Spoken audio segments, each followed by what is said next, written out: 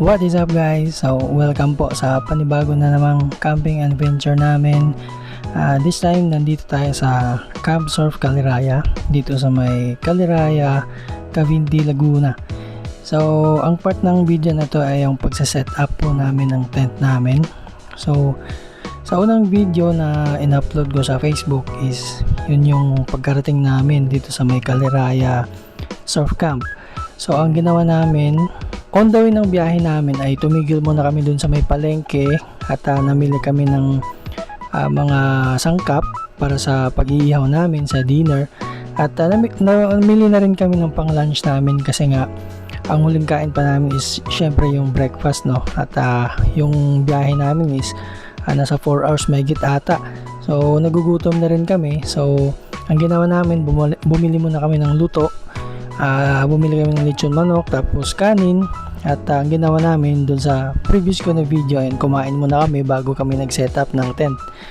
At pagkatapos ka namin kumain, ito sinet up na namin yung tent at nilagay na namin lahat ng gamit ng mga kakailangan na namin, yung mga camping chair, camping table at yung aso namin, ayan, pinagpahinga rin namin kasi syempre stress din sa sobrang haba ng biyahe. At ayan, hiyang yung aso namin si Aki kasi nga sobrang lamig ng lugar na ito guys. Kahit mainit, tirik yung araw, pero yung hangin niya malamig, nakaka-refresh. So parang nawala rin yung pagod namin sa halos 4 na oras na biyahe, no? At ayan, no, makikita niyo yung aso namin, panay lang yung ano niya, upo tapos matutulog kasi nga sobrang lamig ng paligid. Sa lahat ng mga camping adventure namin, so far ito yung pinakamalayo na narating namin sa camping adventure. So dito nga sa Laguna, Cavinti, Caliraya Lake, no? At ang mga previous kasi namin na camping is doon lang kami sa Tanay, which is 1 to 2 hours lang yung biyahe from Metro Manila, no? Depende sa traffic yun. Actually, dalawa yung pinagpipilian namin ng camping site, which is yung Camp Awol. Yun yung pinaka first choice namin, no? So yung daan niya dito lang din sa may pagbaba ng Pililla, tapos part na siya ng Real Quezon ata.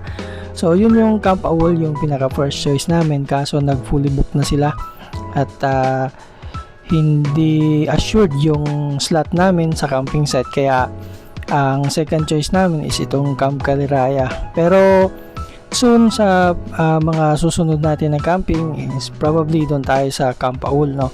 So pag lalaanan namin ng ng panahon para makapag early book, no? Kasi maganda din yung reviews ng Camp Awol at marami ding nagka-camping doon. So hindi kasi sila nag-a-allowed ng mga maramihan, hindi sila nag-a-allowed ng overcrowded, so saktuhan lang yung tinatanggap nila.